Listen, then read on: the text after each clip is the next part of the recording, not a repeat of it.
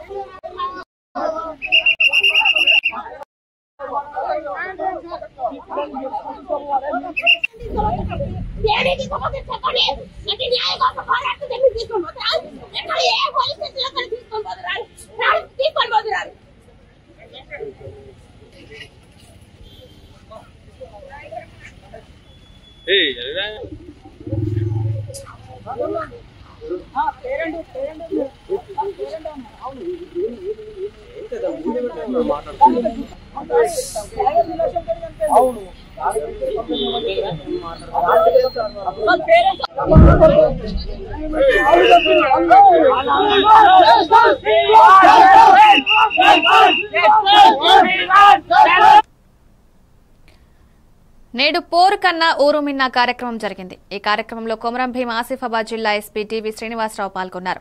అనంతరం పెంచికల్పేట మండలం అగర్గూడ గ్రామానికి చెందిన మావోయిస్టు సభ్యురాలు చౌదరి అంకుబాయ్ అలియాస్ అనిత కుటుంబ సభ్యులను పరామర్శించారు. ఈ సందర్భంగా అంకుబాయ్ కుటుంబ సభ్యుల ప్రస్తుత స్థితిగతులతో పాటు వారి ఆరోగ్య పరిస్థితి వివరాలు SP అడిగి తెలుసుకున్నారు.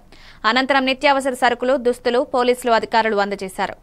మనం వీడి జనంలోకి వచ్చేలా చూడాలని, లొంగిపోతే ప్రభుత్వం నుండి అన్ని ఏర్పాట్లు చేస్తామని కుటుంబ సభ్యులను కోరారు.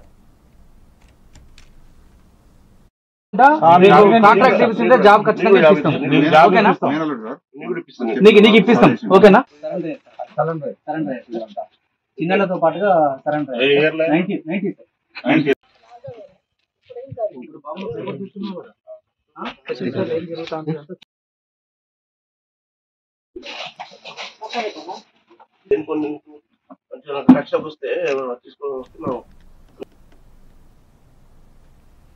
పత్తి కొనుగోలు వెంటనే చేపట్టేలా చర్యలు తీసుకోవాలని చెన్నూరు ఎమ్మెల్యే వివేక్ వెంకటస్వామి దృష్టికి రైతులు తీసుకువెళ్లగా వెంటనే స్పందించిన ఎమ్మెల్యే జిల్లా కలెక్టర్ కుమార్ దీపక్ తో మాట్లాడి పత్తి కొనుగోలును చేపట్టేలా చర్యలు తీసుకోవాలని ఆదేశించారు. రైతులకు ఎలాంటి ఇబ్బందులు కలగకుండా కొనుగోలు చేపడతామని కలెక్టర్ రైతులకు హామీ ఇచ్చారు.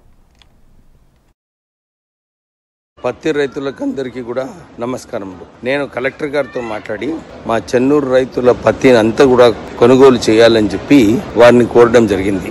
వారు కేంద్ర CCI కార్పొరేషన్ తో మాట్లాడి వాళ్ళ బ్రాంచ్ మేనేజర్తో మొత్తము చెన్నూరులో ఉన్న పత్తి అంతా మొత్తం కూడా కొనుగోలు చేయాలని చెప్పి వారికి ఆదేశాలు ఇవ్వడం జరిగింది. వారు 15 రోజుల వరకు మేము పత్తి కొనుగోలు చేసుకుంటామని చెప్పి వారు కలెక్టర్ గారికి మాట ఇచ్చారు. చెన్నూరు పత్తి రైతులు అందరూ కూడా ఆందోళన పడకండి, పత్తి తొందరగా మీరు తీసి మీరందరూ కూడా భయపడకండి, అంత పత్తి కూడా కొనుగోలు జరుగుతుంది. 15 రోజుల వరకు మీతో నేను ఉన్నాను. మీ సమస్యలన్నీ కూడా పరిష్కరించి మీకు సంతోషపెడతాం. చెన్నూరు పత్తి రైతులకందరికీ కూడా నమస్కారం. జయశంకర్ భూపాలపల్లి జిల్లా మహదేవపూర్ మండలం కాళేశ్వరం దేవస్థానంలో మహాకుంభాభిషేకం నేటి నుండి 3 రోజుల పాటు నిర్వహించనున్నారు. ఈ కుంభాభిషేకం 1982 నుండి నిర్వహిస్తున్నారు. తర్వాత 42 ఏళ్ల తర్వాత ఇప్పుడు మహాకుంభాభిషేకం నిర్వహించడం జరుగుతుందని భక్తులకు కాళేశ్వరం పూజారులు కోరారు. ఇప్పుడు 42 సంవత్సరాల తర్వాత ఈ కుంభాభిషేక మహోత్సవాన్ని నిర్వహించడం జరుగుతుంది. శ్రీ కాళేశ్వర ముక్తీశ్వరాభ్యా నమః. కాళేశ్వర ముక్తేశ్వర స్వామి దేవాలయంలో ఈ నెల 7, 8, 9 తారీఖులలో కుంభాభిషేక మహోత్సవాన్ని నిర్వహించడం జరుగుతుంది. 1982 సంవత్సరంలో శృంగేరి జగద్గురు యొక్క కథాకంలో వచ్చేదా ఈ కుంభాభిషేక మహోత్సవాన్ని నిర్వహించడం జరిగింది. ఇప్పుడు 42 సంవత్సరాల తర్వాత ఈ కుంభాభిషేక మహోత్సవాన్ని నిర్వహించడం జరుగుతుంది. కుంభాభిషేకం చేయడం ద్వారా దేవతామూర్తి యొక్క తేజోబింబం పెరగడం, అలాగే యంత్రమూర్తి యొక్క తేజస్సు పెరగడం వల్ల భక్తుల యొక్క కోరికలు తీర్చే విధంగా ఉండేటువంటి కార్యక్రమం. ఈ తారీఖులో ఈ 7, 8, 9 తారీఖులలో శతజన్య యాగము, సహస్రగడాభిషేకము, మహారుద్రము, అలాగే మహాకుంభాభిషేక మహోత్సవాన్ని నిర్వహించడం జరుగుతుంది. ఈ 3 రోజుల పాటు త్రయాణిక దీక్ష నిర్వహించే కార్యక్రమంలో భక్తులందరూ కూడా విచ్చేసి ఆ స్వామివారిని దర్శించి కుంభాభిషేకాన్ని వీక్షించి తీర్థప్రసాదాలు స్వీకరించి అన్నదానం స్వీకరించి ఆ యొక్క దేవతామూర్తి యొక్క ఆశీస్సులు పొందగలని కోరుచున్నాం. జనగామ జిల్లాలోని పలు శాఖలను జిల్లా కలెక్టర్ రిజ్వాన్ బాషా షేక్ ఆకస్మిక తనిఖీ నిర్వహించారు. ఈ సందర్భంగా సిబ్బంది హాజరు రిజిస్టర్లను పరిశీలించి రిజిస్టర్లలోని ఆయా శాఖల సిబ్బంది అటెండెన్స్ ని కలెక్టర్ తెలుసుకున్నారు. మొత్తం ఎంతమంది సిబ్బంది కార్యాలయానికి రాని వారి గురించి ఆరా తీశారు. సమాచారం లేకుండా టైం పాటించకుండా ఆయా శాఖల నుంచి మొత్తం 30 మంది గైర్హాజరయ్యన్నారు. కార్యాలయానికి రాని వారందరికీ షోకాజ్ నోటీసులు జారీ చేయాలని కలెక్టర్ ఏవోను ఆదేశించారు.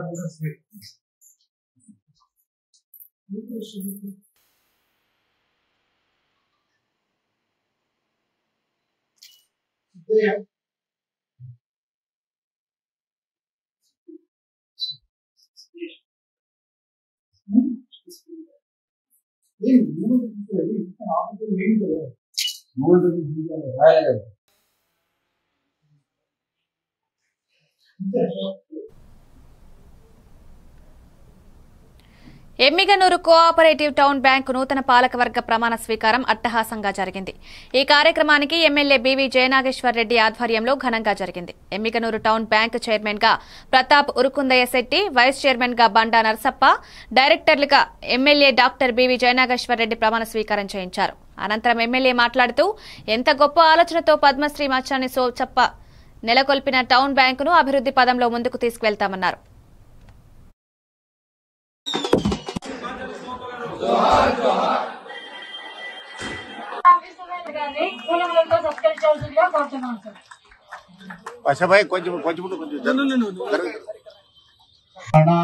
వెంకటేశాయ మంగళం.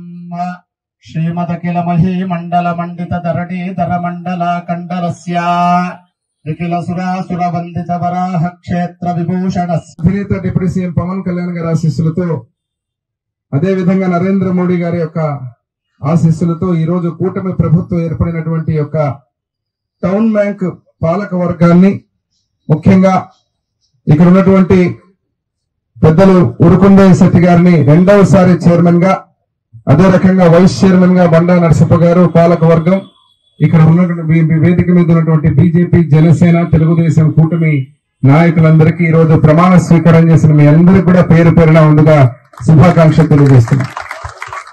ఇప్పుడే డీసీఓ గారు మాట్లాడుతూ చెప్పడం జరిగింది. ఇక్కడ మీరు చూస్తే మహానుభావుడు పద్మశ్రీ మాచార్య సోమప్ప గారు ఒక గొప్ప ఉద్దేశంతో అందరికీ ఈరోజు ఈ బ్యాంకును ఏర్పాటు చేసి చిరు వ్యాపారులందరూ చిన్న చిన్న స్థాయి నుంచి ఉండేటువంటి వాళ్ళందరూ కూడా ఈ బ్యాంకు ద్వారా లబ్ధి పొంది వారి యొక్క జీవితాల్లో ఆర్థిక పురోగతి సాధించాలని చెప్పి ఒక గొప్ప సంకల్పంతో ఏర్పాటు చేసినటువంటి బ్యాంక్ ఇది. మరి ఈ రోజు పరిస్థితి 5 సంవత్సరాల్లో ఏ స్థితికి తీసుకెళ్లారు ఈ బ్యాంక్ అంటే 14% ఎక్కిపోయింది ఎన్పిఎస్ రేషియో.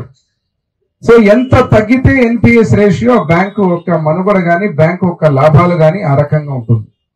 మరి ఈరోజు చైర్మన్ గారికి నేను మరి ఇక్కడ ఉన్నటువంటి డైరెక్టర్స్ కు, వైస్ చైర్మన్ గారు కూడా ఒకటే చెబుతున్నా, రాగద్వేషాలకు అతీతంగా ఏదైతే ఉందో ముఖ్యంగా ఫస్ట్ మీటింగ్ లోనే మీరు కూర్చొని రెజల్యూషన్ ఏం చేయాలంటే ఇచ్చేటువంటి లోన్స్ అన్ని కూడా చిరు వ్యాపారులకి ఇవ్వాలా, ముఖ్యంగా అదనంగా అధికంగా అని చెప్పి మీరు ఫస్ట్ రెజల్యూషన్ చేయండి. దయచేసి చెప్తున్నా, ఇక్కడ ఉన్న వాళ్ళందరూ చెప్పారు, కొంతమంది వారి వారి యొక్క వృత్తులు కూడా చెప్పారు, ఎక్కడి నుంచి వచ్చామో ఏం సంగతి అని. మీకు అందరికీ తెలుసు ఆ కష్టాలు ఎట్లా ఉంటాయి. సో కాబట్టి దాన్ని కూడా దృష్టిలో పెట్టుకొని ఏదైతే ఇప్పుడే నరసప్ప మాట్లాడుతూ, వైస్ చైర్మన్ గారు మాట్లాడుతూ చెప్పడం జరిగింది ఏ రకంగా దీని సమస్యలు అని చెప్పి, చేనేతలకు ముఖ్యంగా ఏదైతే వారు సంకల్పంతో ఆలోచించారో దానికి కూడా మీరు ఏదైతే ఇక్కడ ఉన్నటువంటి ఈ యొక్క పాలక వర్గము మళ్ళీ వాళ్లకు లోన్లు ఇచ్చే విధంగా ఏ రకంగా లోన్లు ఇస్తే మరి ఇబ్బంది కలగకుండా ఉంటుంది. ప్రభుత్వం ఉంది, మనం ఉన్నాం, అందరం కూడా వారికి కూడా ప్రతి ఒక్కరికి చిన్న చిన్న వ్యక్తులందరూ కూడా ఈ యొక్క లోన్స్ గాని బ్యాంకు పురోగతికి వాళ్ళని కూడా భాగస్వాములు చేస్తూ ఎలా చేయాలనే దాని మీద కూడా ఇప్పుడు మీకే నేను అభిమానులు చేస్తూ ఎలా చేయాలనే దాని మీద కూడా ఇప్పుడు. గుంటూరు జిల్లాలో అక్రమంగా తరలిస్తున్న 20 క్వింటాల రేషన్ బియ్యాన్ని గ్రామస్తులు పట్టుకున్నారు. కొల్లిపర మండలం దంతులూరులోని మరియమ్మ అనే మహిళ ఇంట్లో 20 క్వింటాల రేషన్ బియ్యం నిల్వ ఉంచారు. ఈ విషయంపై గ్రామస్తులు రెవెన్యూ అధికారులకు సమాచారం ఇచ్చి ఆ రేషన్ బియ్యాన్ని పట్టించారు. ఉన్నతాధికారులు సమాచారం ఇవ్వడంతో విచారణ చేపట్టారు.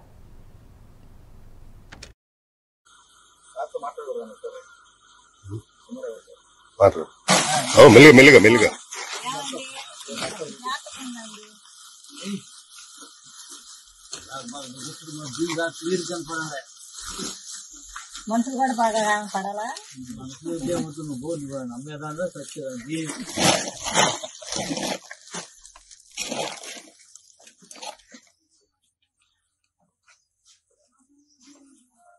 నేను పొద్దున పూట ఉదయం 7 గంటలకు వెళ్ళాను, సాయంత్రం 8 గంటల పోసుకొచ్చాను. అన్నం అది కొనుక్కపోయేటప్పుడు టేస్తాను వస్తే ఇంకా గోతాం అట్ట ఉంది, మోటల్లో కట్టిలాగా ఉంది. ఏందని చూసాను, అవన్నీ గోతాలు. ఎట్టాయన గారి దగ్గరికి వెళ్ళి చెప్పుకొచ్చా, మా ఇంటి వెనకాలట్ట బియ్యం గోతాలు వేసి ఉండే రామావయ్య అని కాకేసుకొచ్చా. ఆయన ఫోటో తీసి పంపించాడు ఇయారావు గారు. మా ఇల్లు నేను లేనండి, పొద్దున పూట వెళ్ళాను, సాయంత్రం 8 గంటల పోసుకొచ్చాను. నేను నాకు తెలియకుండా మా ఇంటి వెనకమలు వేసారు. కొమరం భీం ఆసిఫాబాద్ జిల్లా కేంద్రంలోని జిల్లా ప్రధాన ఆసుపత్రికి ఆకస్మిక తనిఖీ చేశారు కలెక్టర్ వెంకటేష్ ధోత్రే. అనంతరం ఆసుపత్రిలో పేషెంట్లకు మెరుగైన వైద్యం అందించాలని సిబ్బందిని కోరారు. ఆసుపత్రిలో అన్ని వార్డులను పరిశీలించారు. పేషెంట్లతో మాట్లాడి వైద్యం ఎలా అందిస్తున్నారని అడిగి తెలుసుకున్నారు. పేషెంట్లకు ఎలాంటి ఇబ్బంది కలగకుండా మెరుగైన వైద్యం అందించే విధంగా చర్యలు తీసుకోవాలని అధికారులను ఆదేశించారు.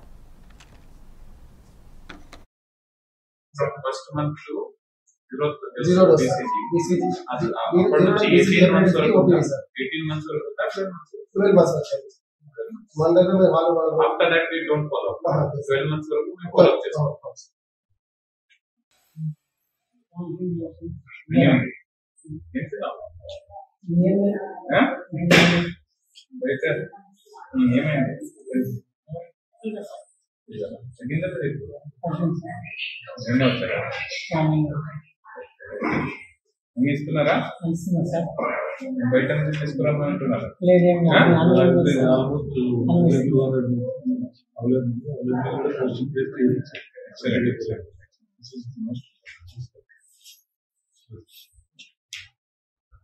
అందరూ అదేనా? ఏం